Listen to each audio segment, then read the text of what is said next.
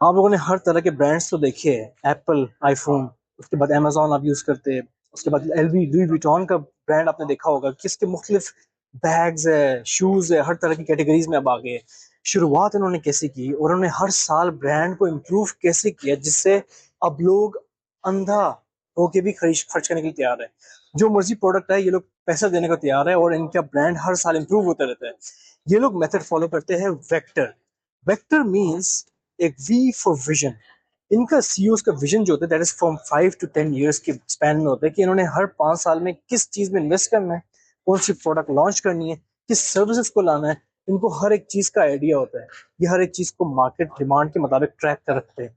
और उसके बाद इन लुई विटॉन एक एग्जांपल है, एक कंपनी लुई विटॉन, इन्होंने पार्टनरशिप की थी मोइट एंड शैंडलॉन, जिसके बाद ये LVMH बन गए थे। Moet and Chandon wine manufacturing company है।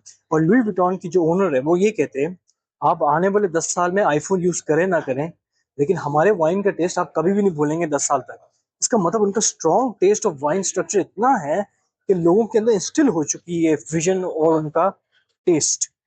सेकेंड एग्जाम्पल जो है दैट इज अमेजोन। अमेजोन का विजन था कि the two become the most customer centric company in the world. आज भी अगर आप कस्टमर कोई भी चीज रिटर्न करते हैं ना अमेजोन के वेयर हाउस में, Amazon they are willing to accept it and return back to you. कभी कभार तो आप उनको चीज ना भी दें तो वो आपको दोबारा चीज भिजवा देते हैं। उन्होंने इस विजन के ऊपर काम करने के लिए इतना इन्वेस्ट किया कि पैसे लॉस में गए initially to become a brand, and now it's a multi-billion-dollar brand. Second जो वेक्टर का फॉर्मूला है उसके मुताबिक है एम्प्लॉइज। आजकल पाकिस्तान में तो कोई भी नहीं फॉलो करता, लेकिन एम्प्लॉइज को तरजीह दी जाती है, एम्प्लॉइज की स्किल बिल्डिंग की जाती है कि आने वाली टेक्नोलॉजी जैसे आती जा रही है, you have to build their skills as well.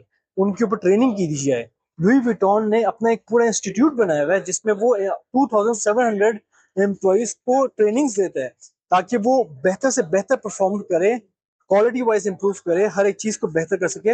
Even मैंने जब लास्ट टाइम ट्रेनिंग की थी एबीबी के अंदर, ABB is a technology company which is based in Switzerland. उनका अपना पोर्टल है लर्निंग का, ई लर्निंग, और वो ट्रेनिंग देते हैं। Even Krohne academy, Krohne company instrument की, उन्होंने भी एक अपनी निकाली हुई एकेडमी, उसमें वो ट्रेनिंग्स देते हैं। This is how you train your employees based on your particular products and services. आपको ट्रेनिंग देनी पड़ेगी।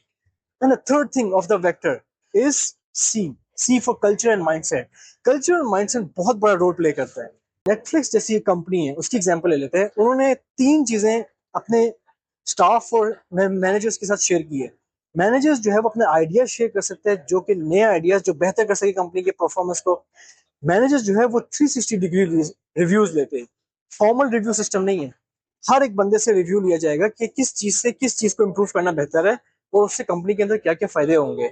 उसके बाद उन्होंने एचआर मैनेजर्स को क्रिएटिव एचआर मैनेजर कहा है कि they will perform creativity in the company and find out the loop holes, जहां जहां इश्यूज आ रहे हैं, और उन लूप होल्स को कैसे बेहतर करना है।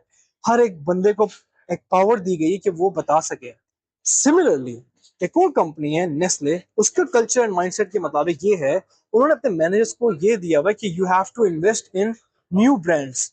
नेस्ले पहले जो था सिर्फ कंडेंस मिल्क शेयर करता था, कंडेंस मिल्क मैन्युफैक्चर करता था और वो बेचता था। And then it came into food, Nesquik बनाया, बेबी प्रोडक्ट्स बना दी।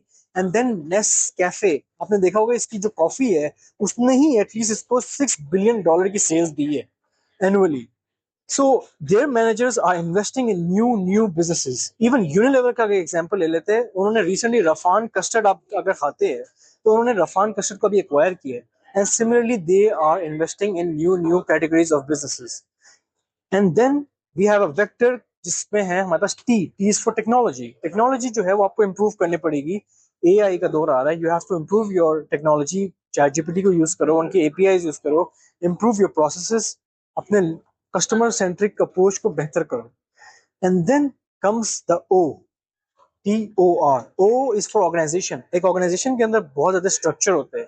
एक स्ट्रक्चर के अंदर मैनेजर्स क्या क्या रोल प्ले करते हैं, मैनेजर्स के अंदर टीम कितनी दी गई है, मैनेजर्स को अपने इख्तियार दिए और कितना दिए कि वो टीम को सही तरह मैनेज कर सके। इस तरह से है जैसे अमेजोन ने अपना एक नया जब सेक्शन लॉन्च किया था किंडल का। किंडल एक बुक रीडिंग ऐप थी, ई रीडर, जो कि उसने एक नए मैनेजर को दिया और मैनेजर को एटलीस्ट 10 मेंबर्स की टीम दे दी कि you have to manage this complete section by yourself.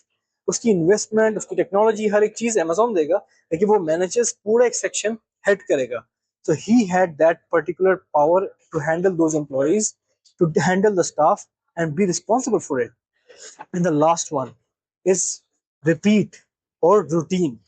Vector का लास्ट है रूटीन. मींस कि अगर आपने कोई भी प्रोसेस, अगर आपका ई कॉमर्स का है, उसमें सप्लाई चेन है, उसमें प्रोक्योरमेंट है, उसमें सेल है, उसमें मार्केटिंग है, कोई भी नया आइडिया आपने इम्प्लीमेंट करना है, तो उसको एटलीस्ट 22 साइकिल्स चाहिए होते हैं बर्न होने के लिए. मतलब एक भी नई चीज अगर आप एक प्रोसेस लाते हो कि अच्छा इस प्रोसेस के बाद इस मैनेजर के पास जाएगा, इस मैनेजर के बाद ये रिव्यू होगा, इस प्रोसेस को बर्न करने के लिए एटलीस्ट यू नीड 20 साइकिल्स. 20 मरतबा आप रिपीट करेंगे तो लोगों के अंदर, आपके स्टाफ के अंदर ये चीज आएगी. अगर आप शुरू में एक आइडिया एक लॉन्च करते हो फिर बाद में कोई फॉलो नहीं करता, अमूमन उसकी वजह ये होती है कि आपने उसको खुद रिपीट नहीं किया 20 दफा. एटलीस्ट 20 मरतबा रिपीट करें and then the cycle will repeat. And that's how big businesses are made. Thank you.